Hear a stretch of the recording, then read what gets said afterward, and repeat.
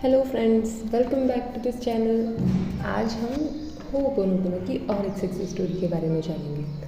और ये real success story है। जो विटाली की बुक है ना, @0, वहाँ से इसे लिया गया है। एक बार जो विटाली की जो मदर है वो बीमार पड़ गई थी, मतलब बहुत ज़्यादा सीरियस हो गई थी।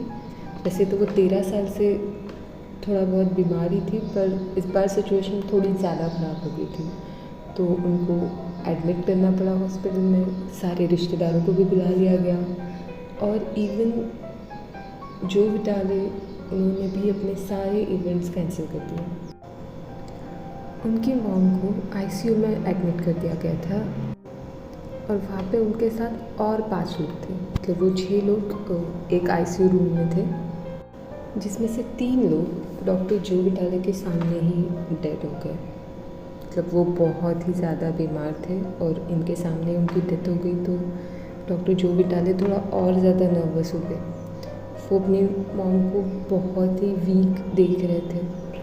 अपनी मॉम को इतना वीक देखकर वो खुद ही हेल्पलेस फील करने लग गए और उनको गुस्सा भी आ रहा था कि काश मैंने अपनी मॉम का थोड़ा ज़्यादा अच्छे से ख्याल रखा होता।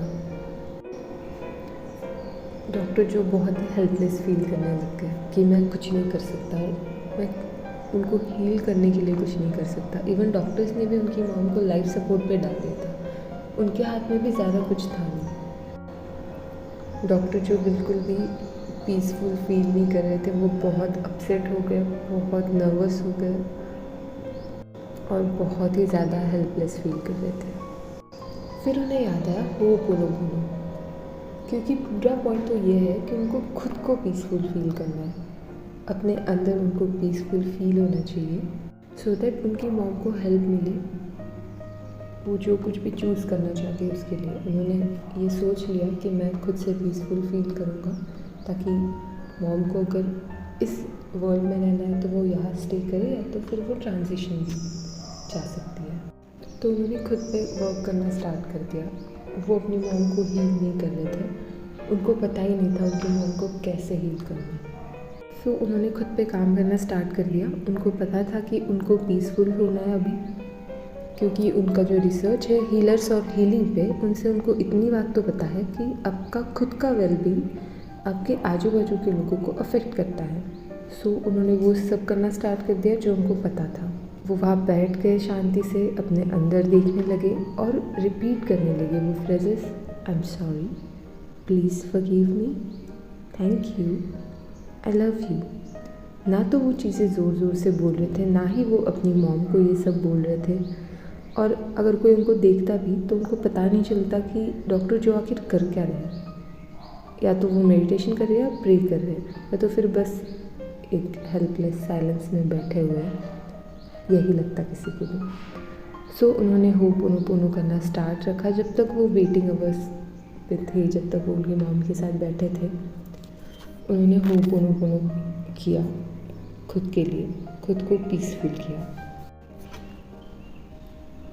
और इस चीज़ को अब बहुत सारे साल हो चुके हैं। उनकी मॉम अभी भी ज़िंदा है, उनके साथ है, उनके घर पे है। हाँ, वो बहुत ही ज़्यादा बेटर नहीं है, पर एटलीस्ट वो हील हो चुकी है। वो सबसे बातें करती है, सबके साथ एंजॉय करती है, और डॉक्टर जो विटाली को वो बहुत बार आई लव यू भी बोल चुकी है। और उनके मॉम डैड बहुत खुश रहते हैं। उनके पापा उनकी मम्मी का हमेशा ख्याल रखते हैं। तो ये कोई चमत्कार से कम नहीं था उनके लिए। तो क्या उनके हो'ओपोनोपोनो की प्रैक्टिस ने उनकी मॉम को बचाया, उनके मॉम को एक्स्ट्रा लाइफ दी?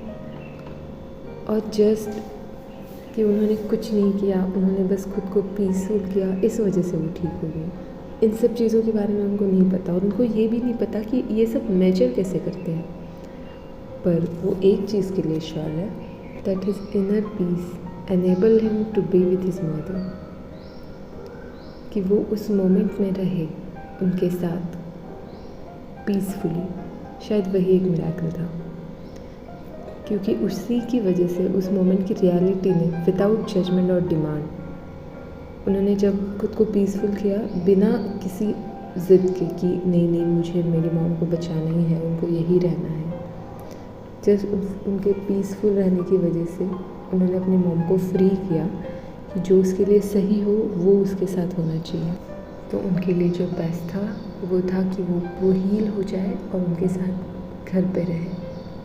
तो जब आप किसी भी चीज़ को कंट्रोल करने का या तो फिर उसको चेंज करने की अपनी जो ज़िद है वो छोड़ देते हो, जब आप खुद पीसफुल फील करते हो कि हाँ जो बेटर है वही आपके साथ होगा, इस विश्वास के साथ जब आप रिलैक्स हो जाते हो तो चीज़ें सच में एक मिरेकल से कम नहीं होती। तो अगर आप किसी भी सिचुएशन को हील कर रहे हो, किसी चीज़ के लिए वर्क कर रहे हो, तो प्लीज़ वो गुरुकुलों को ज़रूर ट्राई करना और आपके रिजल्ट कमेंट्स में शेयर करना, ताकि आपकी सक्सेस स्टोरी सुन के हम सबको और ज़्यादा फेथ मिले। So guys, thank you so much for watching.